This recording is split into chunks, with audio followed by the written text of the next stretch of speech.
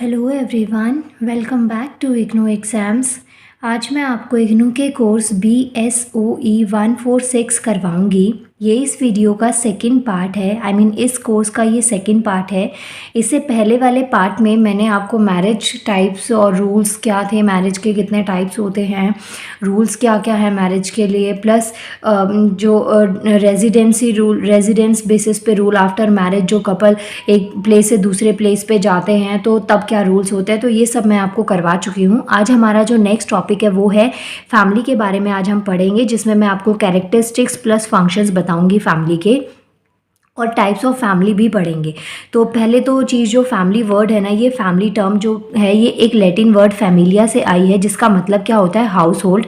A family is a group and an institution as it has a certain rules and procedure as its base. तो family क्या है, एक group है या फिर एक ऐसा इंस्टीट्यूशन है जहाँ पे कुछ सर्टेन रूल्स होते हैं, प्रोसीजर्स होते हैं, जो कि एज अ बेस रिएक्ट करते हैं। मतलब कि एक सारे ब्लड रिलेशन के सब लोग एक ही फैमिली का एक पार्ट नहीं होते। फैमिली का मतलब वो होता है जो हमारे लव्ड वंस है, जिनके साथ में आप टाइम स्पेंड करते हैं, कुछ कस्टम्स होते हैं, रिचुअल्स होते हैं जो हम उनके साथ में परफॉर्म करते हैं, तो ये एक फैमिली का एग्जाम्पल होता है। तो इसका मतलब फैमिली का जो मतलब होता है वो उसका सिंपल सा मतलब हाउस होल्ड ही होता है। जो आप अगर क्वेश्चन आपसे पूछ लिया जाए तो आप अपने जो इंट्रो होगा ना उसमें आप इन पॉइंट्स को ऐड करेंगे। अब क्वेश्चन जो मेन है वो स्टार्ट करते हैं, main characteristics and functions of the family. तो पहले मैं आपको कैरेक्टरिस्टिक्स बताऊंगी फैमिली की, उसके बाद में फंक्शंस बताऊंगी। ध्यान से सुनिएगा इसमें, क्योंकि जो आपका इन टेक्स्ट क्वेश्चंस है ना, इसमें चेक योर प्रोग्रेस में, उसमें आपको कैरेक्टरिस्टिक्स पे भी प्लस फंक्शन पे भी फैमिली के क्वेश्चंस दे रखे हैं। स्टार्ट करते हैं कैरेक्टरिस्टिक्स ऑफ फैमिली। तो traditional family had a following characteristics as highlighted by the studies. अब यहाँ पे ना कुछ कैरेक्टरिस्टिक्स होती हैं फैमिली की। फर्स्ट आता है universality, second one is permanent relation between husband and wife, third one is sexual relation as a basis of family, and fourth one is significance of blood relation. Number 5 is financial and economic sharing of responsibilities, common habitations और system of interaction and communication, distinctive nomenclature। जब आप family की बात करते हैं तो हमारे जितने भी काम होते हैं, जो भी लाइफ में अप्स एंड डाउन्स आते हैं, वो सब हम एक दूसरे के साथ में बांटते हैं। फैमिली बेसिकली यही होती है। अब किसी की न्यूक्लियर फैमिली हो सकती है, किसी की जॉइंट फैमिली हो सकती है। न्यूक्लियर फैमिली मतलब कि छोटी फैमिली होती है जिसमें मदर फादर और उनके बच्चे हो गए, और जॉइंट फैमिली में जहाँ पे अंकल चाचा और ताऊ ये सब होते हैं, प्लस दादी, ये सब का जब इंक्लूजन हो जाता है, जब फैमिली में नंबर ऑफ पर्सन बढ़ जाते हैं तो उसे हम जॉइंट फैमिली कहते हैं। तो जो न्यूक्लियर फैमिली हो चाहे जॉइंट फैमिली हो, फैमिली की डेफिनेशन सब जगह सेम ही रहती है, बस रिस्पॉन्सिबिलिटीज स्ट्रेंथ के अकॉर्डिंग बढ़ती हुई चली जाती हैं। यहाँ पे कुछ कैरेक्टरिस्टिक्स दे रखे हैं, जिसमें फर्स्ट जो कैरेक्टरिस्टिक्स है वो है यूनिवर्सलिटी। तो ये क्या है, जो फैमिली है ना वो एक यूनिवर्सल सोल्यूशन है। It has found in many simpler societies. In advance societies the whole social structure is built of family units.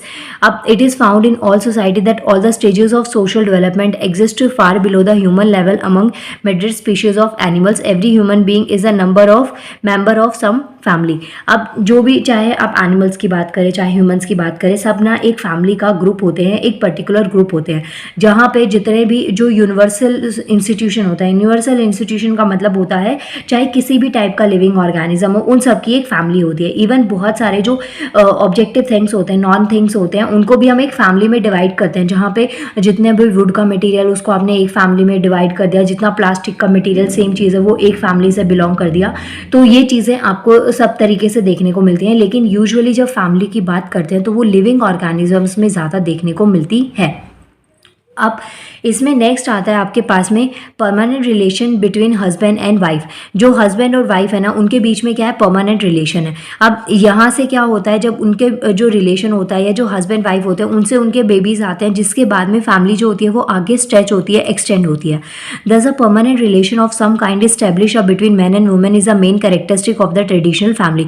जो ट्रेडिशनल फैमिलीज होती है, टिपिकल इंडियन फैमिलीज होती हैं, जहाँ पे एक बार शादी हो जाती है उसके बाद में हस्बैंड और वाइफ का ये होता है स्पेशली वाइफ की साइड से ये चीज़ आपको देखने को मिलेगी, चाहे मर जाएंगे लेकिन वहाँ से उस फैमिली को या अपने हस्बैंड को छोड़ के नहीं जाना। तो ऐसे जो ट्रेडिशनल फैमिलीज़ होती हैं जहाँ पे ऐसे टाइप की कल्चरल प्रैक्टिसेस आपको देखने को मिलती हैं, तो इसमें ये आपको ये समझा रखा है कि जो हस्बैंड और वाइफ के बीच में जो बॉन्ड होता है या जो रिलेशन होता है जिससे कि फैमिलीज़ आगे आती है, जिसमें यूजुअली अगर आपसे पूछा जाए कि ट्रेडिशनल फैमिलीज़ कौन सी होती है तो आप इसको ब्रैकेट में भी लिख सकते हैं कि जहाँ पे दो या दो से ज़्यादा जो लोग होते हैं ना, वो ब्लड या मैरिज या फिर जो ओकेजनली अडॉप्शंस होते हैं ना, मतलब कि जितनी भी कल्चरल प्रैक्टिसेस होंगी, जो भी रहने का तरीका होगा, लैंग्वेज होगी, वो सब कुछ कॉमन रहेगा, तो उसे हम ट्रेडिशनल फैमिलीज़ का एक एग्जाम्पल कहते हैं। तो अब इसमें आप यही चीज़ है कि सेम पेरेंट्स से जो बच्चे आए वो उनकी एक ट्रेडिशनल फैमिली हो गई है, तो वहाँ पे क्या है, ये इज इक्वल्स टू हो सकता है कि चिल्ड्रन से जो आगे की जो मेन कैरेक्टरिस्टिक्स होती हैं जिसके अंदर जो सोशलाइजेशन होता है बच्चों का वो इंक्लूड होता है, प्लस जो नर्चरिंग होता है, बच्चों का पालन पोषण होता है, तो वो हस्बैंड वाइफ मिलकर करते हैं। तो इस पॉइंट में आप यहाँ पे लिख सकते हैं जो परमानेंट रिलेशन होता है बिटवीन हस्बैंड एंड वाइफ के। थर्ड पॉइंट आता है इसमें sexual relation as a basis of family. तो जो सेक्सुअल रिलेशन होता है वो क्या है, एक फैमिली का बेस है, क्योंकि इसी से जो आगे की जनरेशन होती है ना वो आती है। The family rests on the sexual relation between husband and wife. In traditional understanding, marriages, sexual relations and family were considered as complementary. In other words, marriage of man and woman was institutionalized of legitimacy of sexual relation for procreations of offspring. This led to the formation of elementary family, the basic unit of society. तो जो sexual relationship होता है families के बीच में, अब इसमें क्या होता है, आगे की जनरेशन आती है, इसमें एक आपको ना वर्ड दे रखा है ऑफस्प्रिंग। तो ऑफस्प्रिंग का मतलब क्या होता है, किसी का बच्चा या बच्चे, किसी को एक बेबी हुआ है, किसी ने 2 या 3 करे हैं, कुछ अडॉप्ट भी कर लेते हैं, तो वो उसे अपनी फैमिली का ही एक पार्ट बना लेते हैं। तो यही आपको दे रखा है थर्ड पॉइंट में, sexual relation as a base of family. Fourth point है सिग्निफिकेंस ऑफ ब्लड रिलेशन। अब जो ब्लड रिलेशन होता है ना वो एटमोस्ट इम्पॉर्टेंट जो सब्सटेंस होते हैं वो सबसे ज़्यादा इंपॉर्टेंट है ट्रेडिशनल फैमिलीज में specially. All those connected through same blood were regarded as a member of same family. तो जिनका जो ब्लड सेम रहता है, सेम ब्लड उससे डिवाइड कर बिलोंग करते हैं, तो उसमें आती हैं कि वो एक फैमिली से ही बिलोंग करते हैं। अब सेम ब्लड का मतलब ये नहीं कि उनका जो ब्लड ग्रुप है वो सबका सिमिलर हो। सिमिलैरिटीज मतलब कि आप एक ही फैमिली, एक ही वंश से आते हैं, तो इसका मतलब कि आप में, आपके बीच में क्या है, ब्लड रिलेशन है। आपके कजन्स हो सकते हैं, आप अपने मदर फादर से जो भी बच्चे आते हैं वो सब हो सकते हैं, तो कोई भी एग्जाम्पल आप यहाँ पे ले सकते हैं। In other words all members of our family are descendant of the same ancestors. तो एंचेस्टर्स का मतलब यही होता है कि जो आपको मतलब जो विरासत में चीज़ें मिलती हैं, जो आपके वंश होते हैं, तो ये बेसिकली ग्रैंड पेरेंट्स हो गए, आपके जो भी ग्रैंड पेरेंट्स होते हैं उनसे, या फिर जो उनसे भी पहले वाले जो पेरेंट्स होते हैं, फोर फादर्स होते हैं, उनसे आपके अंदर कुछ सिम्टम्स आ रहे हैं, आपके बोलने का तरीका, आपका कॉम्प्लेक्शन, तो वो सब चीज़ें आपके ब्लड रिलेशन में काउंट करी जाती हैं। Number 5 is financial and economic sharing of responsibilities. अब एक फैमिली साथ में रहती है तो उनमें जो फाइनेंशियली या जो इकोनॉमिकली जो भी शेयरिंग होती है ना, वो भी एक रिस्पॉन्सिबिलिटी होती है कि एक हस्बैंड वाइफ है, उनके बच्चे हैं, तो उन्हें अपनी फैमिली को मिलके ही संभालना पड़ता है। मिलके वो लोग कॉपरेट करते हैं, जो भी एक्सपेंसेस होते हैं डेली बेसिस के, या जो भी चीज़ें की रिक्वायरमेंट होती है, जो भी फाइनेंशियल कंडीशंस होती हैं, उनमें शेयरिंग की एक अलग से रिस्पॉन्सिबिलिटी हो जाती है फैमिलीज़ में। In a traditional family, the financial and economic responsibility shared among the members, that is those considered as earning members take care of non-earning members of the family। तो यहाँ पे एग्जाम्पल दे रखा है कि जो फैमिली है उसमें जो अर्निंग करते हैं वो नॉन अर्निंग जो पर्सन होते हैं, जो लोग अर्न नहीं कर रहे हैं, जिनकी जॉब नहीं है, उनकी भी टेक केयर करते हैं, उनका भी ध्यान रखते हैं फैमिली, वो फैमिली का एक एग्जाम्पल है। अब जैसे कि जो कोविड का टाइम था, या फिर ऐसा कभी कोई ऐसा क्राइसिस आ जाता है जहाँ पे किसी की जॉब चली जाए या किसी के पास में सोर्स ऑफ अर्निंग ना हो, तो उस टाइम पे क्या होता है, आप अपनी फैमिली में, आपके घर के बच्चे हैं, ग्रैंड पेरेंट्स हैं, उन्हें आप खिलाते हैं, उनकी केयर करते हैं। तो ये चीज़ें क्या है कि आप वहाँ पे अपनी फाइनेंशियली और इकोनॉमिक शेयरिंग कर रहे हैं रिस्पॉन्सिबिलिटीज़ की, कि आपकी रिस्पॉन्सिबिलिटी बनती है उनका केयर करना, उनका ध्यान रखना। तो वो चीज़ भी आप वो प्रैक्टिसेस कर पा रहे हैं। जो कि अर्निंग मेंबर्स होते हैं वो स्पेशली जो अर्न कर रहे हैं, जो कमाते हैं, वो जो नॉन अर्निंग मेंबर्स होते हैं फैमिली के, यूजुअली वो हाउस वाइफ्स होती हैं, वो उनके एग्जाम्पल है, या बच्चे हैं जो अभी अर्न नहीं कर रहे हैं, तो उनका आप केयर कर रहे हैं, उनकी आप ध्यान रख रहे हैं। तो ये चीज़ इसमें रिस्पॉन्सिबिलिटी शेयर करने में आती है। In a traditional setup, this sharing of responsibilities was on the basis of sexual division of labor. Men were assumed as a breadwinner and hence went out to the earn livelihood. अब यहाँ पे दो situations होती हैं। एक situation तो तब है कि जब कोई अर्न नहीं कर पा रहा है। अर्न नहीं कर पाने की बहुत सारी वजह हो सकती है कि मानी उनकी तबीयत ख़राब है या किसी वजह से वो बाहर नहीं जा पा रहे हैं, अर्निंग नहीं हो पा रही है, या जो काम उनका है वो काफ़ी, उसमें जो इनकम है वो काफ़ी कम जनरेट कर पा रहे हैं। तो इस वजह से भी जो अर्निंग पर्सन होता है, जो घर में ज़्यादा कमा रहा है, वो उनका ध्यान रख ले। एक सिचुएशन ये होती है। सेकेंड सिचुएशन होती है जो जेंडर बेसिस पे आता है कि जो हमारी सोसाइटी उसके अकॉर्डिंग ये चीज़ क्लियर होती आती है कि जो मैन है वो एक ब्रेड विनर है। ब्रेड विनर का मतलब ये हो गया कि वो ही अर्न करेंगे, वो बाहर जाके कमा के लाएंगे, और जो एक फीमेल है वो अपने घर पे बच्चों का ध्यान रखेंगी, घर को संभालेंगी। तो ऐसी सिचुएशन में जो मेल है ना, उन्होंने अपने घर की रिस्पॉन्सिबिलिटीज़ को उठा रखा है, जो भी खर्चे होते हैं वो एक मेल कर रहा है। तो ये दोनों ही सिचुएशंस में जो फाइनेंशियल रिस्पॉन्सिबिलिटीज़ हैं वो दोनों लेवल पे आती हैं। The womens were assign to the domestic sphere, तो जो वुमेन्स होते हैं उनके लिए एक प्लेस फिक्स कर दिया है कि डोमेस्टिक लेवल पे वो घर की चार दीवारों में रह के, और जो भी एक्सपेंसेस उनको मिल रहे हैं, जो भी चीज़ें उनको मिल रही हैं, उनसे वो घर का ध्यान रखे प्लस बच्चों की केयर करे। तो ये चीज़ कहीं ना कहीं काफ़ी हद तक मेंटेलिटी सेट हो जाती है। तो इस वजह से भी जो फाइनेंशियल सपोर्ट होता है वो यूजुअली मेल की साइड से आपको देखने को ज़्यादा मिलता है। इसके अलावा जो वर्क प्लेस होता है वहाँ पे भी आपको ऐसा डिस्क्रिमिनेशन देखने को मिलता है, जहाँ पे जो फीमेल्स होती हैं उनको कम चीज़ें मिलती है, कम अमाउंट मिलता है सैलरी का सेम काम के लिए, वहीं एक मेल को ज़्यादा अमाउंट मिल जाता है। प्लस एक मेल के पास में ज़्यादा राइट्स होते हैं, ज़्यादा वर्किंग आवर्स तक के वो, मतलब उनके पास में वर्किंग आवर्स ज़्यादा करने के चांसेस होते हैं, वहीं एक फीमेल के पास में नहीं होते हैं। सो ये सब पॉइंट्स आप यहाँ पे लिख सकते हैं। नेक्स्ट आता है common habitation. It is assume that all the members of the family share a common habitation.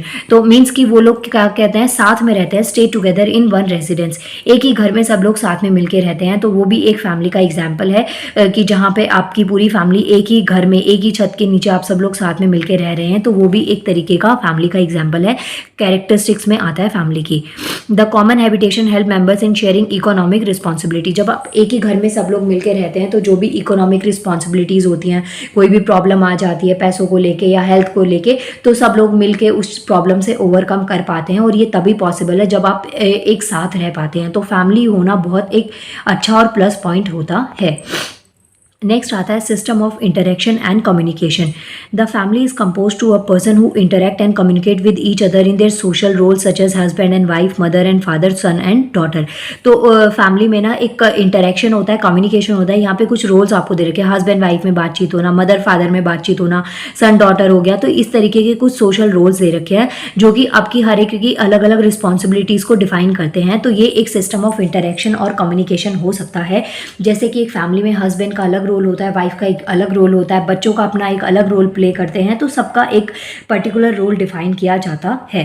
तो ये सिस्टम ऑफ इंटरेक्शन में आप ये पॉइंट्स को यहाँ पे लिख सकते हैं। और इसके अलावा ना आप इसमें आंसर में ये चीज़ कर सकते हैं कि जब आप इनको लिखते हैं तो उस टाइम पे आप ना जैसे बहुत सारे वर्ड्स का एग्जाम्पल दे सकते हैं कि अब जो सिस्टम ऑफ इंटरेक्शन है ना वो वन वे भी हो सकता है, टू वेज भी हो सकता है, मल्टी डायरेक्शनल इंटरेक्शन भी हो सकता है।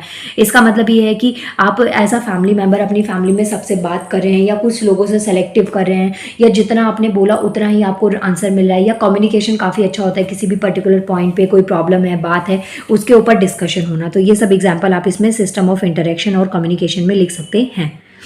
इसके बाद में 8th नंबर पे आता है distinctive nomenclature. Each family is defined on the basic of distinctive nomenclature that is family name.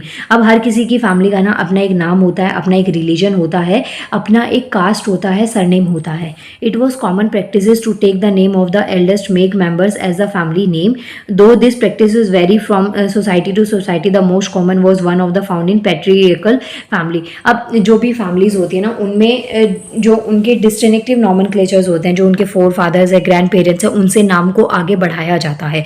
ये यूजुअली सरनेम्स में आपको देखने को मिलता है कि जो सरनेम होता है ना उसको आगे ऐसे ही कंटिन्यू किया जाता है। स्पेशली ये जो पैट्रियर्कल फैमिलीज होती है ना, जहाँ पे फादर की साइड से फैमिली होती है, जब हस्बैंड वाइफ की, जब एक कपल की शादी होती है हस्बैंड और वाइफ, तो जो वाइफ है उनका जो सरनेम होता है वो उनके हस्बैंड वाला ही लगता है, उनके बच्चों का जो सरनेम होता है वो भी हस्बैंड वाला ही लगता है। तो ये चीज़ किस में आती है, आपकी डिस्टिंक्टिव नॉमेनक्लेचर में, कि जो सरनेम है या जो नेम है या जो कास्ट है वो चीज़ आगे ऐसे ही फर्दर कंटिन्यू करी जा रही है।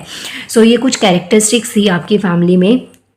मेन कैरेक्टरिस्टिक्स दे रखी है फैमिली की। फर्स्ट आता है universality, second one is permanent relations between husband and wife, third one is sexual relation as a basis of family, fourth one is significance of blood relation, number 5 is financial and economic sharing of responsibility, number 6 is common habitation, number 7 is system of interaction and communication, number 8 is distinctive nomenclature. तो ये जो characteristics हैं family की, इसको 8 parts में divide किया गया है। क्वेश्चन अगर आता है एग्जाम में तो आपको हेडिंग डालनी है कैरेक्टरिस्टिक्स ऑफ फैमिली, फिर उसके बाद में ये 8 पार्ट्स को ना आप ऐसे फ्लो चार्ट की फॉर्म में, यहाँ पे आपने लिखा कैरेक्टरिस्टिक्स ऑफ फैमिली और आप ऐसे इसको डिफाइन कर सकते हैं, या फिर आपने ऐसे स्टेटमेंट लिखा कैरेक्टरिस्टिक्स ऑफ फैमिली और उसकी ऐसे ना ब्रांचेस बना के आप ये जो 8 टाइप्स है इनको मेन हेडिंग्स को याद रख लेना। जब आप मेन हेडिंग्स को ध्यान में रख लेंगे तो आपका अंदर का जो क्वेश्चन है, जो बाकी के पार्ट्स हैं वो ऑटोमेटिकली सॉल्व हो जाएंगे। कैरेक्टरिस्टिक्स के बाद में देखिए हेडिंग में 2 पार्ट्स आपको मैं करवा रही हूँ। पहले है कैरेक्टरिस्टिक्स जो मैंने अभी आपको समझा दी। अब आता है फंक्शन ऑफ फैमिली। तो फैमिली के फंक्शंस क्या क्या हो सकते हैं। अगर हम फंक्शंस की बात करें तो फैमिली के ना बहुत सारे फंक्शंस होते हैं, क्योंकि साथ में सब लोग मिलके रहते हैं, डिफरेंट टाइप के लोग रहते हैं उसमें, mother, father, husband, wife, daughter, son, तो सबकी एक अलग रिस्पॉन्सिबिलिटी होती है, सबका अपना एक अलग से कैरेक्टर होता है। तो इस तरीके से जो फैमिली है ना उनके फंक्शंस भी अलग अलग तरीके से हो जाते हैं। फर्स्ट फंक्शन आता है फैमिली का सेटिस्फैक्शन ऑफ सेक्स नीड। जो फैमिली है ना वो जो सेक्स नीड्स होती है उनको सेटिस्फाई करती है। This is essential function which is the family perform. The sex instinct in the natural and biological urge of human being. तो ये जो है ना सेक्स बेसिकली जो फीमेल्स होती हैं, चाहे मेल हो चाहे जो भी लिविंग ऑर्गेनिजम्स होते हैं, उनकी एक बायोलॉजिकल प्लस नेचुरल नीड होती है और बहुत इंपॉर्टेंट नीड होती है। तो जो सेटिस्फैक्शन होता है ना सेक्स डिजायर का, वो उसमें रिक्वायरमेंट होती है मेल और female should live together as a husband wife. तो जब ये जो सेक्स डिज़ायर होती है, अगर वो हस्बैंड वाइफ साथ में रहते हैं तो तब उस टाइम पे ये जो डिज़ायर है ये काफ़ी हद तक पूरी हो जाती है। और इसका पूरा होना बहुत ज़रूरी होता है, क्योंकि एक तरीके का सेटिस्फेक्शन, आपकी बॉडी की जो नीड होती है ना वो पूरी होना बहुत ज़्यादा ज़रूरी होता है। अगर ऐसा नहीं होता तो आप फ्रस्ट्रेट रहते हैं, इरिटेट रह सकते हैं, या जो आपकी जो बेसिक नीड्स होती है ना वो पूरी नहीं हो पाती ना, तो उसका इम्पैक्ट हमारा जो डे टू डे लाइफ का वर्क प्लेस होता है या वहाँ पे ये सब चीज़ें देखने को मिलती हैं। Family is the only place where husband and wife can satisfy their sex instinct. Family satisfies sexual desires of male and female through the institutions of marriage. तो family इसमें sex satisfaction of sex needs में कैसे role play करती है, उनकी शादी करवा के मेल और फीमेल की through the institutions of marriage. Without the family satisfaction of sex need is impossible. अगर फैमिली का सेटिस्फेक्शन नहीं हो तो जो सेक्स नीड्स है वो पूरी कंप्लीट नहीं हो सकती हैं। The modern family satisfies sex in a greater disagree than the traditional families. अब जो मॉडर्न फैमिलीज़ है ना उनमें ये चीज़ें आपको ज़्यादा देखने को मिलेगी, क्योंकि जो मॉडर्न लोग हैं अब अभी ना पहले के टाइम में अगर आप कंपैरिजन करें तो बहुत सारे ऐसे टॉपिक्स है, बहुत सारी ऐसी बातें होती हैं जिस पे लोग खुल के डिस्कशन नहीं करते, जो कि पहले के टाइम में ये डिस्कशन नहीं होता था, जो आज की डेट में काफ़ी हद तक होने लगा है। बहुत सारी ऐसी नेचुरल चीज़ें होती है जिस पे लोग डिस्कस करना ज़रूर नहीं समझते, एम्बैरेसिंग लगता है। तो यही पॉइंट्स आपको यहाँ पे बता रखे हैं। फर्स्ट पॉइंट जो फंक्शन ऑफ फैमिली है उसमें आप लिखेंगे सेटिस्फेक्शन ऑफ सेक्स नीड। तो जहाँ पे मॉडर्न फैमिलीज इनको ज़्यादा अच्छे से सेटिस्फाई करती हैं as compare to traditional families.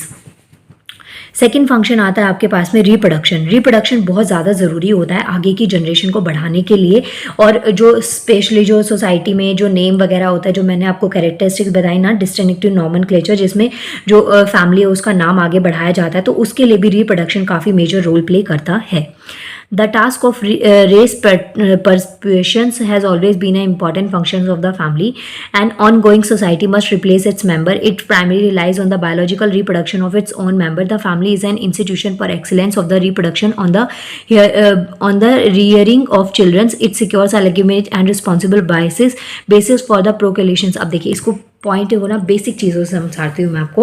Reproduction क्यों इंपॉर्टेंट होता है। अब बहुत सारी फैमिलीज़ में आपने देखा होगा जहाँ पे जो हस्बैंड वाइफ होते हैं या जो कपल होते हैं ना वो अपने बेबीज़ को अडॉप्ट करने का बोलते हैं, लेकिन उनकी फैमिली में कोई ना कोई ऐसा डेफिनेटली होता है, या यूजुअली फैमिली के मोस्टली लोग ऐसे ही होते हैं जो ये कहते हैं कि अपना बच्चा होना बहुत ज़रूरी होता है। रिप्रोडक्शन से ये चीज़ का होता है कि जो भी आप में कैरेक्टरिस्टिक है, जो आपकी जनरेशन में, जो आपके फैमिली में, आपके फोर फादर्स में, ग्रैंड पेरेंट्स में जो भी कैरेक्टरिस्टिक्स हैं, वो आपके जो ऑफ स्प्रिंग्स होते हैं, जो आपके बच्चे आएंगे उनमें उनके आने के बहुत ज़्यादा चांसेस होते हैं। जो भी आपके फैमिली के रूल्स हैं, रेगुलेशंस हैं, जो भी एथिक्स होते हैं, बेसिक चीज़ें होती हैं, वो सब आपके जो बाय डीएनए या जीन्स के थ्रू ना आपके आगे की जनरेशन में ट्रांसफ़र हो जाते हैं। तो इस वजह से जो रिप्रोडक्शन है उसको ज़्यादा इंपॉर्टेंस दी जाती है फैमिलीज़ में, यूजुअली ट्रेडिशनल फैमिलीज़ में, एज़ कम्पेयर टू कि आप किसी को अडॉप्ट कर रहे हैं। प्लस जो रिप्रोडक्शन होता है उसमें ये भी बोला जाता है कि जो अपना खून होता है, जो ब्लड रिलेशन होता है, उसको आगे बढ़ाना चाहिए ताकि वो हमारी जो कास्ट है, जो सोसाइटी है, फैमिली है, उसका नाम ऐसे ही आगे कंटिन्यू रखे। तो ये पॉइंट्स आप रिप्रोडक्शन में लिखेंगे। नेक्स्ट आता है ऑर्गेनाइजिंग प्रोडक्शन एंड कंजप्शन। ये क्या चीज़ है? अब ऑर्गेनाइजिंग प्रोडक्शन एंड कंजप्शन में आता है in pre industrial societies the economic system is dependent on each family production much as of what is it consumes.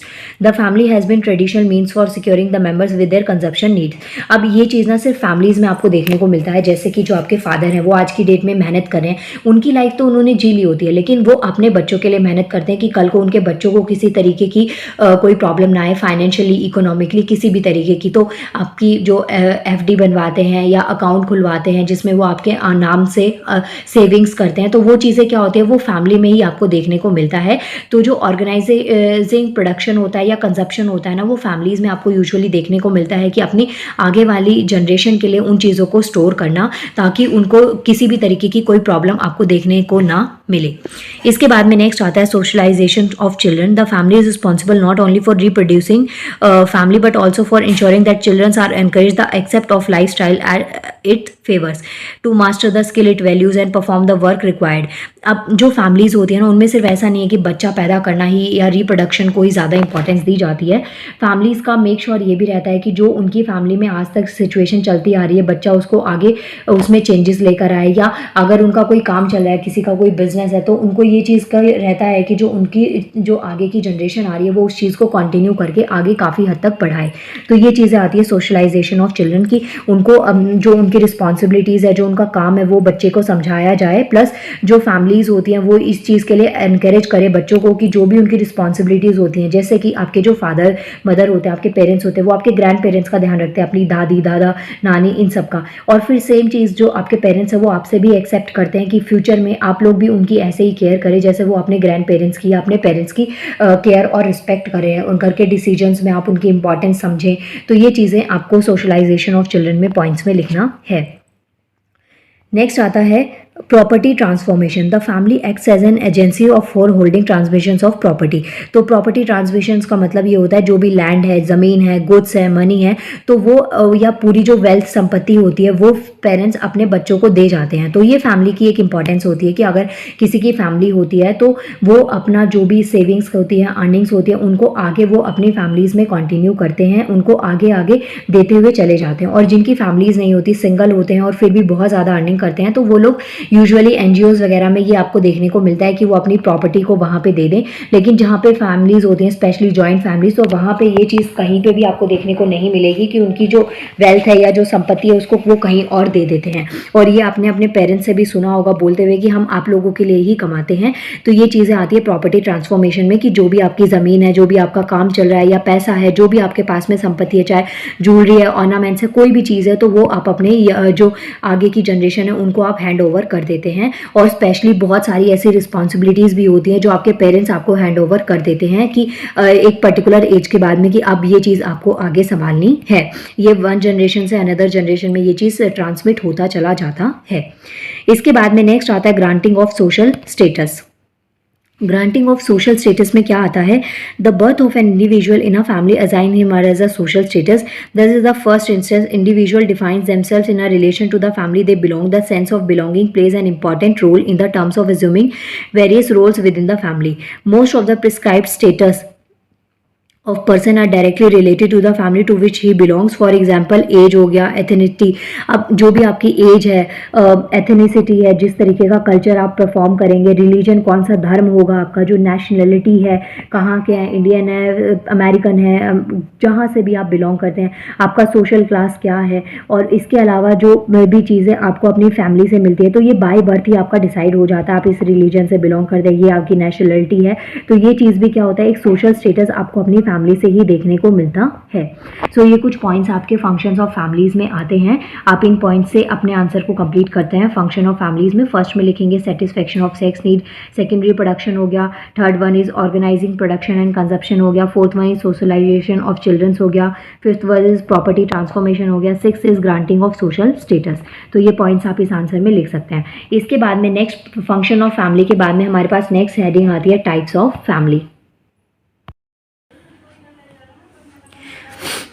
अब हम करेंगे टाइप्स ऑफ फैमिली, क्योंकि मैंने आपको बताया फैमिली में ना बहुत सारी वेरिएशंस आती हैं। जैसे कुछ न्यूक्लियर फैमिली हैं, जॉइंट फैमिलीज़ हैं, सब लोग साथ में रहते हैं, कुछ साथ में रह के भी काफ़ी दूर दूर रहते हैं, डिस्टेंस मेंटेन करके रखते हैं, किसी की कुछ प्रैक्टिसेस होती हैं, किसी का कुछ कल्चरल प्रैक्टिस होती हैं। तो इस अकॉर्डिंग जो फैमिली है उसमें भी ना डिवीज़न किया गया है, क्योंकि फैमिली क्या है, एक यूनिवर्सल इंस्टीट्यूशन है, तो इसका जो स्ट्रक्चर है, फॉर्म है, उसमें बहुत सारी वेरिएशंस देखने को मिलती हैं। इस टॉपिक में हम 3 टाइप्स ऑफ फैमिली करेंगे। फर्स्ट है traditional and modern family and second one is biological family. इस शीट पे 2 हैं, तो अभी मैं पहले ये 2 आपको समझा रही हूँ, उसके बाद में थर्ड हम इसकी टाइप ऑफ फैमिली करेंगे।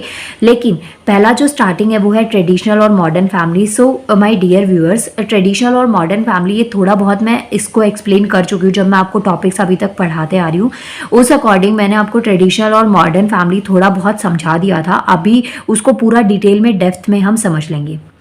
सो ट्रेडिशनल फैमिली में क्या क्या चीज़ होती है, मैन है, विमेन है एंड वन और more of their biological and adopted children. जो एक बहुत ही छोटी सी फैमिली हो गई है, मदर फादर हो गए और उनके बच्चे 1 या 2, या तो बायोलॉजिकल मीन्स की बाय सेक्स उनके खुद के बच्चे हुए हैं, या फिर जो उन्होंने अडॉप्ट किए हैं। तो ये फैमिली जो होती है वो ट्रेडिशनल फैमिली का एग्जाम्पल है। Most traditional families are extended including grandparents. और कुछ जो फैमिलीज होती हैं उनमें जो ये एक्सटेंशन है वो कैसे होता है, ग्रैंड पेरेंट्स से और अंकल आंट ये सब आ जाते हैं, तो थोड़ा बहुत वो एक्सटेंड हो जाती हैं फैमिलीज। और वो भी जैसे अगर मानिए जो हस्बैंड है वो अगर सिंगल चाइल्ड है उनके, और कोई भाई या और कोई फैमिली में नहीं है, तो उनके पेरेंट्स यूजुअली उनके साथ ही रहते हैं, तो वहाँ पे उस सिचुएशन में जो ट्रेडिशनल फैमिलीज हैं वो थोड़ी बहुत एक्सटेंड हो जाती हैं। The modern family is a nuclear family, small in size and consist of father mother and 1 और 2 childrens. The difference between traditional and modern family. वहीं पे जो अगर मॉडर्न फैमिली की बात करें तो वो और भी छोटी हो जाती है ट्रेडिशनल फैमिली से, जहाँ पे यूजुअली मदर फादर और उनके बच्चे देखने को ही मिलते हैं। तो यहाँ पे 2 टाइप्स का डिवीजन दे रखा है। एक है ट्रेडिशनल फैमिलीज जब यूजुअली एक्सटेंड हो जाती है, जब उनमें ग्रैंड पेरेंट्स अंकल आंटी इनको इंक्लूड कर दिया जाता है। अदरवाइज मॉडर्न फैमिलीज ही ये रह जाती है जहाँ पे मदर फादर और उनके 1 या 2 बच्चे हो जाते हैं।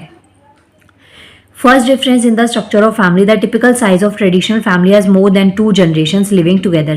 तो अगर हम जो ट्रेडिशनल फैमिलीज होती हैं इनकी बात करें तो यहाँ पे 2 जनरेशन्स एक साथ में रह सकती हैं, 2 या 2 से ज़्यादा जनरेशन। तो 2 या 2 से ज़्यादा जनरेशन कैसे, जैसे मदर फादर हो गए 1 जनरेशन हो गए, उनके जो पेरेंट्स हो गए वो 1 जनरेशन हो गए, और जो मदर फादर है उनके जो बच्चे हैं, जो उनके चिल्ड्रंस होते हैं वो एक अदर जनरेशन। तो यहाँ पे 3 जनरेशन आपको देखने को मिलेंगी। तो इस टाइप की जो फैमिलीज होती हैं जहाँ पे 2 या 2 से ज़्यादा जनरेशंस आपको देखने को मिलेंगी, वो ट्रेडिशनल फैमिली के एग्जांपल में आती हैं। और इसके अलावा जो मैरिड कपल है could live with their descendants and their relatives under one roof. तो ये जॉइंट फैमिली का भी एक एग्जांपल होता है कि जहाँ पे जो कपल हैं, वो मैरिड कपल होते हैं, वो अपनी फैमिली और रिलेटिव्स के साथ में एक ही छत के नीचे रहते हैं। इसके अलावा जो मॉडर्न फैमिलीज होती है वहाँ पे जनरली 3 या 4 पीपल होते हैं। 3 और 4 पीपल कैसे, मदर फादर और उनके 1 या 2 बच्चे होते हैं। तो इतनी जब छोटी सी फैमिली होती है तो उसे हम मॉडर्न फैमिली में डिवाइड करते हैं। इसके अलावा और जो डिफरेंस है, traditional families the man is always the, अब जो ट्रेडिशनल फैमिलीज होती है वहाँ पे जो मैन होते हैं ना वो अर्निंग करते हैं, वो उनके पास सोर्स ऑफ अर्निंग होता है, वो अपनी फैमिली के लिए अर्न कर कर लेकर आते हैं। और जो विमेन होती है वो हाउस वाइफ होती है ट्रेडिशनल फैमिलीज में। वहीं पे जो मॉडर्न फैमिलीज है वहाँ पे ऐसा नहीं होता, वहाँ पे कई बार मदर फादर दोनों ही आपको वर्किंग में दिखेंगे, और उनके बच्चे जो होते हैं उनको वो क्रैच या फिर ऐसी जगह पे या हॉस्टल टाइप में डाल के रखते हैं। क्योंकि जो मॉडर्न फैमिलीज है ना वो यूजुअली आपको सोसाइटीज़ में देखने को मिलती है, जो अर्बन एरियाज होते हैं जहाँ पे इकोनॉमिकली खर्चा बहुत ज़्यादा हो जाता है। तो ऐसे में दोनों ही जो होते हैं हस्बैंड वाइफ वो वर्किंग होते हैं। इसके अलावा यहाँ पे आपको यही सब पॉइंट्स बता रखे हैं। They share their house work and their thoughts. The last difference in the relationship of the family, the family lives and works together, so the family relationships is attach. The modern family has very limited time to spend together. अब जो modern families होती है वहाँ पे बहुत कम time होता है एक साथ में स्पेंड करने के लिए, क्योंकि यूजुअली उसमें मदर फादर दोनों ही वर्किंग मिलते हैं, तो उनको अपने अपने काम के अकॉर्डिंग ही वो टाइम निकाल पाते हैं।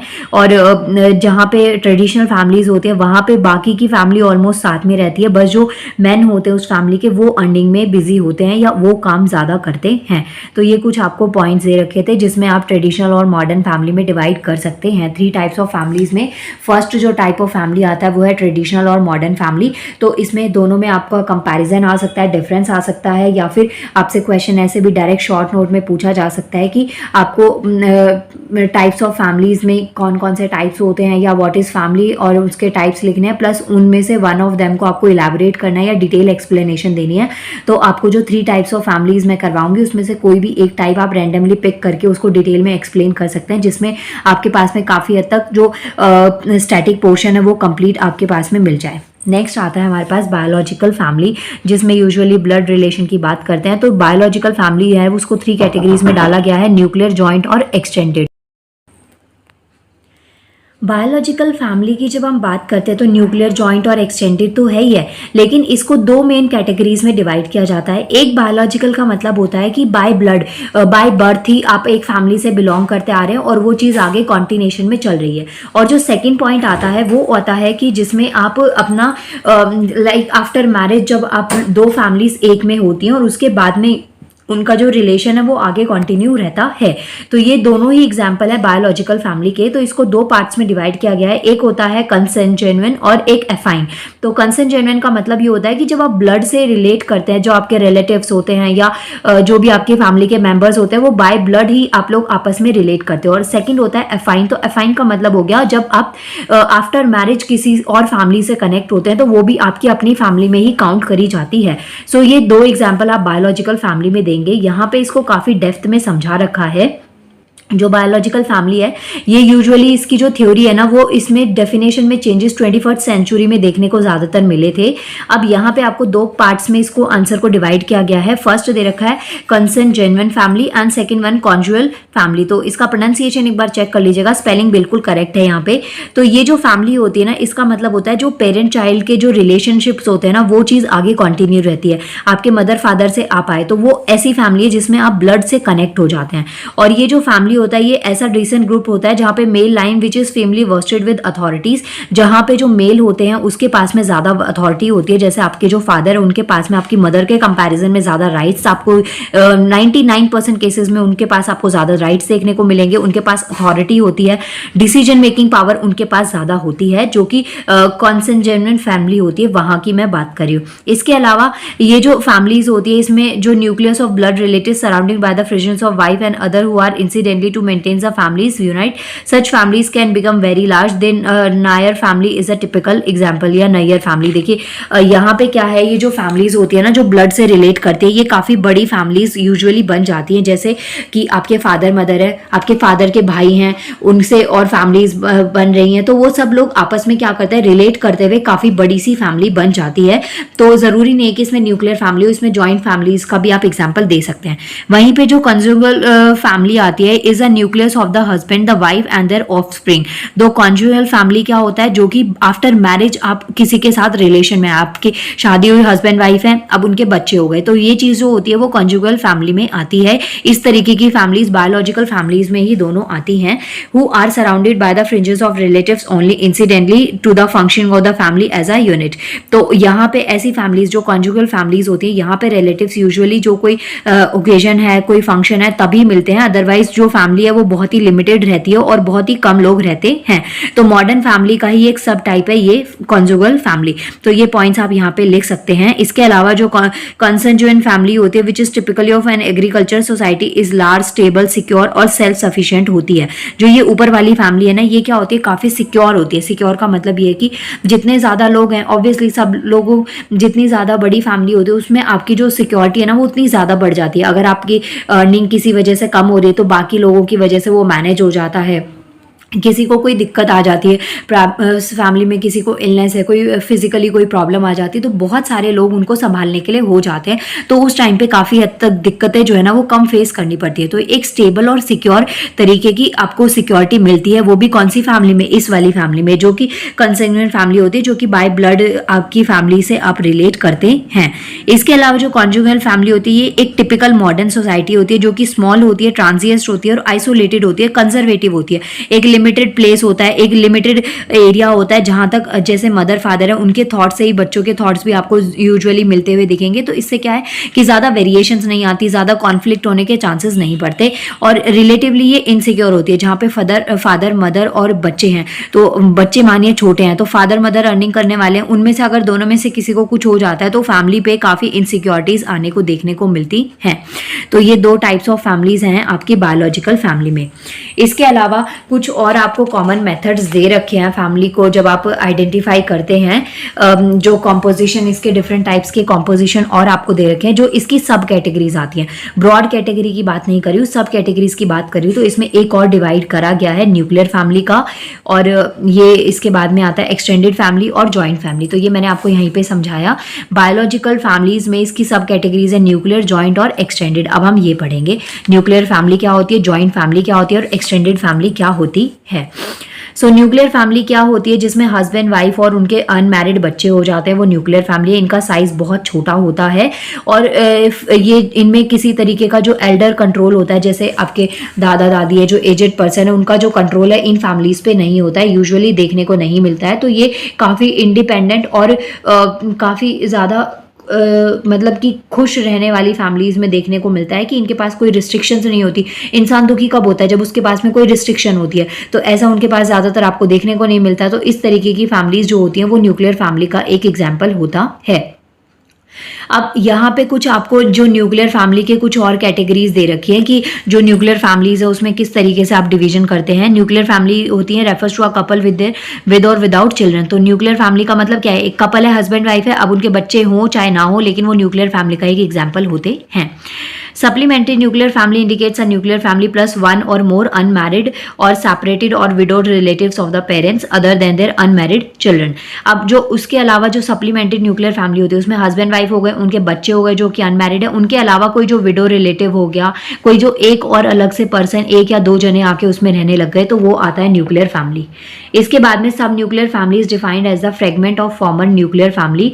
For a instant of widow हो गए, विडोअर हो गए, मतलब कि जो हस्बैंड होते हैं, जो वाइफ होती है वो उनके हस्बैंड नहीं है, या जो हस्बैंड है उनकी वाइफ नहीं है, और उनके अनमैरिड बच्चे या सिबलिंग्स हैं जो भी आपके साथ में आके रह रहे हैं, तो ये भी न्यूक्लियर फैमिली का एक एग्जाम्पल होता है। और सिंगल पर्सन हाउस होल्ड होता है इसमें।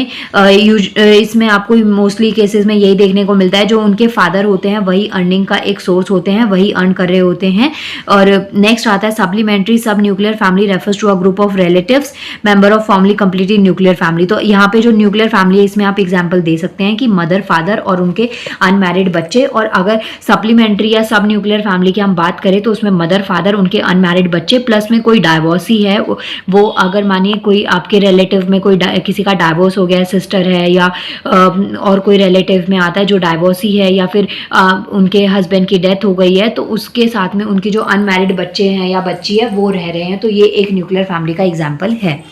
इसके बाद में नेक्स्ट आता है extended family. The term extended family is used to indicate the combination of 2 और more nuclear families. Extended family का मतलब हो गया जिसमें 2 या 2 से ज्यादा न्यूक्लियर फैमिलीज को जब हम ऐड कर देते हैं तो वो एक्सटेंडेड फैमिली का एक एग्जाम्पल होता है। यहाँ पे कुछ आपको दे रखे हैं, जैसे कि एक होता है पेरिटिनिलियर, पैट्रीनिलियन, और एक हो गया मैट्रीनिलियर। पैट्री वर्ड जो होता है वो फादर से रिलेटेड होता है, मैट्रीनिलियर जो है वो मदर से रिलेटेड होता है। तो ये जो फैमिलीज होती है based on extension of father sun relationship, जो फादर और सन का रिलेशनशिप एक्सटेंड होता है ना, उससे जो फैमिलीज बनती है उसको पैट्रीनिलियर एक्सटेंडेड फैमिली कहते हैं। और मदर डॉटर के रिलेशनशिप से जो फैमिली एक्सटेंड होती है उसे मैट्रीनिलियर एक्सटेंडेड फैमिली कहते हैं। इसके अलावा फैटर्नल और कोलेटरल फैमिली का मतलब होता है जो हॉरिजॉन्टली कंसिस्ट करते हो, 2 या 2 से ज़्यादा भाई हैं, उनकी फैमिलीज है, उनकी वाइफ है, और इससे क्या है फैमिली काफ़ी हद तक एक्सटेंड हो जाती है। तो ये चीज़ें आपके पास में एक्सटेंडेड फैमिली का एक एग्जाम्पल है। नेक्स्ट आता है जॉइंट फैमिली। सो जॉइंट फैमिली में क्या होता है, सेट्स ऑफ सिबलिंग्स हो गए, उनके स्पाउस हो गए, उनके डिपेंडेंट चिल्ड्रन हो गए। डिपेंडेंट इंडिपेंडेंट चिल्ड्रंस मीन्स कि जो चाचा वगैरह, ताऊ जी, सब जो भी फैमिली के जितने भी लोग होते हैं वो सब लोग मिलके रहते हैं, जहाँ पे दो या दो से ज़्यादा भाई रह रहे हैं, उनकी वाइफ्स, बच्चे, और ये सब लोग आपस में मिलके रहते हैं। तो इसे हम जॉइंट फैमिली का एक एग्जाम्पल देते हैं, जहाँ पे आपके सिबलिंग्स, कजन्स वगैरह भी रह रहे हैं और उनके स्पाउसेस भी रह रहे हैं, बच्चों के भी जो बच्चे हैं वो भी वहीं पे रह रहे हैं। तो वो एक जॉइंट फैमिली का एग्जाम्पल है आपके पास में। अब जो जॉइंट फैमिलीज है उसमें क्या होता है, man and wife and their adult son and their wifes and children and younger children of parental couple. तो ये सब चीजें आपको जॉइंट फैमिली का दिखता है एग्जाम्पल। जॉइंट फैमिली जो होती है वो काफी लार्ज होती है। सबसे छोटी होती है न्यूक्लियर फैमिली। न्यूक्लियर फैमिली के बाद में एक्सटेंडेड फैमिली, और एक्सटेंडेड फैमिली से भी जो बड़ी होती है वो होती है जॉइंट फैमिली। तो ये चीज आपको ध्यान में रखना है, ये पॉइंट्स आप यहाँ पे लिख सकते हैं, जॉइंट फैमिली और न्यूक्लियर फैमिली और एक्सटेंडेड फैमिली के लिए। इसके बाद में लास्ट पॉइंट इसमें आता है post modern family. Wait a minute, post modern families, okay. अब नेक्स्ट आता है आपके पास में पोस्ट मॉडर्न फैमिली। तो इसमें फिक्टिव फैमिली और ब्लेंडेड फैमिली हो सकती है। पोस्ट मॉडर्न फैमिली में क्या है, family structures are incredibly varied and individuals have much more freedom और choice in aspects of their life which would have been relatively concentrated in past, that is life style, personal relationship, family arrangement हो गया। तो जो post modern family होती है ना, इसमें क्या होता है, लोगों के पास अपने राइट्स होते हैं, अपनी चॉइसेस होती हैं, कैसे उनको लाइफ स्टाइल चाहिए, उनका जो पर्सनल रिलेशनशिप है वो किसी के साथ में कैसा है, तो वो उनकी अपनी चॉइस होती है। इसके अलावा जो फैमिली अरेंजमेंट होता है वो सब सोसाइटीज़ में इसमें डिपेंड करता है। अब जो ऐसी सोसाइटीज़ होती हैं इसमें जो फैमिली मेंबर्स होते हैं ना वो नेसेसरली बाउंड नहीं होते एक दूसरे से, या तो लीगल मैरिज से या ब्लड और या फिर जो अडॉप्शन होता है, इस तरीके से जब बाउंडेड नहीं होते तो वो पोस्ट मॉडर्न फैमिली में आते हैं। एग्जाम्पल जैसे कि आप कहीं पे पीजी में रहते हैं या कहीं पे और आप कहीं रह रहे हैं जहाँ पे और लोगों से आप मिल रहे हैं और उनको आप अपनी फैमिली की तरह ही ट्रीट कर रहे हैं, तो वहाँ पे आपकी कोई लीगल मैरिज नहीं हुई है, किसी से कोई ब्लड या फिर अडॉप्शन का आपका रिलेशन नहीं है, तो ऐसी सोसाइटीज की जो फैमिलीज होती हैं उनको हम पोस्ट मॉडर्न फैमिली कहते हैं। इसके अलावा इसमें कुछ आपको पॉइंट्स दे रखे हैं, जैसे कि it brings out an alternate understanding of the families that it does not require a male और female sharing household with their biological offsprings. On the contrary, a family can be formed with two or individual same sex sharing household with marriage and reproduction. Some of the different forms of post modern families, आपको यहाँ पे ना कुछ different forms they रखे हैं post modern families के। तो first, second, third और फोर्थ, ये टोटल 4 आपको पोस्ट मॉडर्न फैमिली की डिफरेंट फॉर्म्स दे रखी है। फर्स्ट आता है कोहेबिशन फैमिलीज, और यहाँ पे क्या होता है, जो जिसमें जो कपल्स होते हैं ना अनवेडेड या जो अनमैरिड जो कपल्स होते हैं वो एक जगह पे एक ही घर में रह रहे होते हैं। सिंगल पेरेंट फैमिलीज का मतलब जिसमें एक पेरेंट है, चाहे तो मदर है चाहे फादर है, वो अपने बच्चों को पाल रहे हैं, तो वो सिंगल पेरेंट फैमिलीज हो गई। उन्होंने बायोलॉजिकली या जो अडॉप्टेड चिल्ड्रन है उनका वो पालन पोषण नर्चर उनके हैं, तो वो सिंगल पेरेंट फैमिलीज में आता है। नेक्स्ट आता है फैमिली बाय चॉइस और सेम सेक्स फैमिलीज। जो फैमिली बाय चॉइस है ना, इसका काफी डिटेल में एक और पैराग्राफ दे रखा है जो मैं आपको इसी यूनिट में समझाऊंगी। तो यहाँ पे दे रखा है फैमिली बाय चॉइस और सेम सेक्स फैमिलीज का मतलब है which consist of couple of the same sex and one और मोर चिल्ड्रन, जिनका सेम सेक्स होता है, जैसे कि जो लेस्बियंस और गे जिसको हम कहते हैं ना, तो वो भी एक तरीके की फैमिली बाय चॉइस होती है जो अपनी मर्जी से सेम सेक्स के साथ में रह रहे हैं। तो इस तरीके से आप इसका डिवाइड करेंगे। इसके बाद में नेक्स्ट आता है ब्लेंडेड फैमिली। तो इसमें क्या होता है, जो सेकंड मैरिज कर दी आफ्टर डाइवोर्स, या फिर पहली आपने दूसरी शादी कर ली और पहली शादी से आपके पास में बच्चे रह रहे हैं, तो इस टाइप की जो फैमिलीज होती हैं वो ब्लेंडेड फैमिलीज होती हैं। एक बार जो मैंने यहाँ तक आपको समझाया है इसका थोड़ा सा आपको रिव्यू देती हूँ कि आपको इसको आंसर को कैसे लिखना है। हेडिंग थी आपके पास में 3 मेन टाइप्स ऑफ फैमिली, तो आप मेन हेडिंग देंगे 3 मेन टाइप्स ऑफ फैमिली। पहले तो आपको ये अगर क्वेश्चन आता है तो पहले फैमिली के बारे में थोड़ा एक्सप्लेन करना होगा, फैमिली क्या होती है। उसके बाद में आप हेडिंग देंगे 3 मेन टाइप्स ऑफ फैमिलीज। आपको 3 मेन टाइप्स देने हैं फैमिली के। उसके बाद में फैमिली की डेफिनेशन हो जाएगी 3 मेन टाइप्स में। आप ना ऐसे फ्लो में या इस तरीके से आप ऐसे ब्रांचेस बना के 3 मेन टाइप्स लिखेंगे, जिसमें फर्स्ट आता है ट्रेडिशनल और मॉडर्न फैमिली, सेकंड वन में आता है बायोलॉजिकल फैमिली, और थर्ड जो मेन टाइप है वो है आपका पोस्ट मॉडर्न फैमिली। तो ये 3 सब कैटेगरीज में आप इसको डिवाइड करेंगे। उसके बाद में आपको पहले ट्रेडिशनल और मॉडर्न फैमिली को सेपरेटली डिफाइन करना है। उसके बाद में आप बायोलॉजिकल फैमिली को डिफाइन करेंगे, पहले तो ये 2 पॉइंट्स के साथ में, और फिर इसकी सब कैटेगरीज डिफाइन करेंगे कि बायोलॉजिकल फैमिली में न्यूक्लियर, जॉइंट और एक्सटेंडेड फैमिली भी होती है। ये जब आपका डेफिनेशन पूरा कंप्लीट हो जाएगा इन फैमिलीज का, उसके बाद में आप पोस्ट मॉडर्न फैमिली लिखेंगे। और इसमें भी आपके पास में दो टाइप्स दे रखे हैं, एक है फिक्टिव फैमिली और एक है ब्लेंडेड फैमिली। तो यही चीजें आपको यहाँ पे बता रखा है कि ये आपके पास में 4 कैटेगरीज आती हैं जिसमें आपको यूजुअली पोस्ट मॉडर्न फैमिलीज देखने को मिलती हैं। इसमें जो ब्लेंडेड फैमिली है वो काफी अच्छा एग्जांपल है। इस पे अगर सेपरेट क्वेश्चन भी आए तो आप कर पाएंगे कि आपके किसी की सेकंड मैरिज होती है और उनके जो पार्टनर्स होते हैं, उनका जो बच्चा है वो पहले वाली मैरिज से है और फिर भी वो लोग साथ में रह रहे हैं, तो इस टाइप की फैमिलीज जो होती है वो ब्लेंडेड फैमिलीज में आती हैं। इसके अलावा यहाँ पे आपको जो पोस्ट मॉडर्न फैमिली है ना, ये मैंने यहाँ पे शॉर्ट में समझा है कि ये फर्स्ट फैमिली का हो गया, सिंगल पेरेंट फैमिली हो गया, फैमिली बाय चॉइस हो गया और ये ब्लेंडेड फैमिली हो गया। अब यहाँ पे जो ये फैमिलीज है ना, पोस्ट मॉडर्न फैमिलीज को यहाँ पे इनको डिटेल में एक्सप्लेन किया गया है। फर्स्ट में दे रखा है कोहेबिशन फैमिलीज, जहाँ पे मैन और विमेन साथ में रहते हैं सेक्सुअल रिलेशनशिप में बट विदाउट बीइंग मैरिड। उनकी शादी नहीं हुई होती है लेकिन फिर भी वो दोनों साथ में रहते हैं, जिसे आज की मॉडर्न सोसाइटी में लिविंग में रहना कहते हैं। तो वो कोहेबिशन फैमिलीज होती हैं। अब इसमें जो कपल होते हैं उनके पास चॉइस होती है। कई बार ऐसा भी होता है कि वो टाइम आपस में साथ में स्पेंड करने के लिए प्लस मनी सेव करने के लिए वो एक साथ में रहते हैं, और कई बार होता है कि वो खुद को समझना चाहते हैं और इसलिए भी वो साथ में रहते हैं। तो कोहेबिशन फैमिलीज का मतलब यही हो गया कि अनमैरिड है, मैरिड नहीं है, उसके बाद भी वो दोनों साथ में रह रहे हैं। सिंगल पेरेंट फैमिलीज का मतलब होता है जहां पे सिंगल पेरेंट फैमिलीज होती है, तो मदर है या फादर है जो अपने बच्चे की रिस्पॉन्सिबिलिटी अकेले ही एडजस्ट करते हैं बायोलॉजिकल पैटर्न से, तो उसे हम सिंगल पेरेंट फैमिलीज कहते हैं। अब जो पेरेंट इंस्टीट्यूशन है has been weakened allowing the individuals to consider living marriages more rapidly than they have in the past. यहाँ पे आपको बहुत सिंपल सी बात बता रखी है कि जो सिंगल पेरेंट फैमिलीज होती है उन पे काफ़ी ज़्यादा ना, जो सिंगल पेरेंट्स होते हैं, मदर है फादर है, अकेला अपने बच्चे को पाल रहे होते हैं, तो उनके पास काफ़ी रिस्पॉन्सिबिलिटीज़ आ जाती हैं और काफ़ी रिस्ट्रिक्शंस भी उनके ऊपर हो जाती हैं। तो ये उनकी चॉइस होती है कि उनको ऐसे रहना है, या उनके पास में ऑप्शन भी होता है कि वो सेकेंड मैरिज को भी अडॉप्ट कर सकते हैं। या फिर कुछ ऐसे भी फैमिलीज होती हैं जहाँ पे सिंगल मदर है, वो अपने बच्चे के साथ में किसी अनमैरिड इंसान के साथ में भी वो रह रही होती हैं।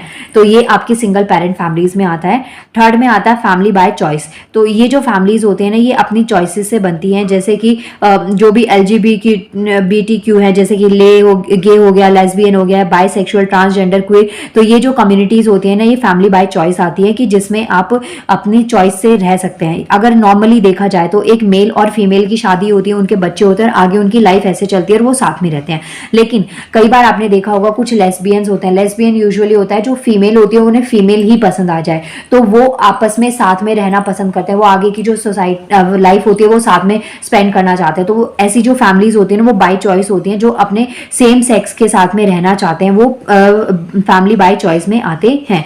या फिर जैसे जो किन्नर समुदाय होते हैं, इनकी एक सोसाइटी अपनी अलग से बनी हुई, तो वो उनकी फैमिली बाय चॉइस है कि वो अपने अकॉर्डिंग रह रहे हैं। सो ये पॉइंट्स आप यहाँ पे इसमें डिफाइन कर सकते हैं। इनके बारे में काफ़ी डिटेल में आप इसको वीडियो को पोस्ट करना और उसके बाद में आप यहाँ से इसको पॉइंट्स को लिख सकते हैं। इसके बाद में नेक्स्ट यहाँ पे आता है फैमिली बाय चॉइस, जो कि आपका लास्ट पॉइंट आता है फैमिली बाय चॉइस में। ये मैंने आपको बता दिया, जिसमें गे, लेस्बियन, ये सब चीज़ें हो गई।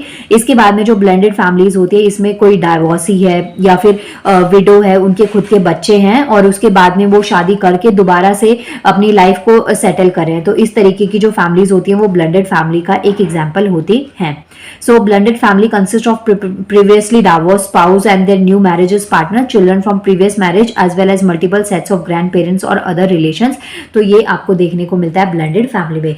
So कई बार क्वेश्चन ऐसे भी होता है कि आपको पोस्ट मॉडर्न फैमिली आ जाए, उसके पूरे कंसेप्ट को आपको समझाना पड़े। जैसे यहाँ पे चेक योर प्रोग्रेस में क्वेश्चन दे रखा है, दोनों एग्जाम्पल मैं आपको समझाती हूँ। What do you understand by family we choose या फैमिली बाय चॉइस? तो क्या होता है इसमें, आप गे, लेस्बियन और जो ट्रांसजेंडर होते हैं इनके एग्जाम्पल्स आप समझा सकते हैं कि वो अपनी चॉइस से अपने आसपास वैसी सोसाइटी ऐसे लोगों को चाहते हैं जो उनको पसंद है। इसके अलावा आप concept of post modern family आपको डिस्कस करना है, तो पोस्ट मॉडर्न फैमिली का देखिए मैंने कितना बड़ा कंसेप्ट आपको समझाया है। इसमें पूरा ये पोस्ट मॉडर्न फैमिली है, ये पूरे पेज का आंसर, आप इसमें ये सारे पॉइंट्स इस आंसर में लिख सकते हैं। नाउ मिलते हैं नेक्स्ट वीडियो में, जिसमें मैं आपको इसके आगे का पार्ट कंटिन्यू करूंगी। And thank you so much. और प्लीज़ वीडियो अच्छी लगे तो वीडियो को लाइक करना, चैनल को शेयर और सब्सक्राइब करना भूलना नहीं है। Thank you so much.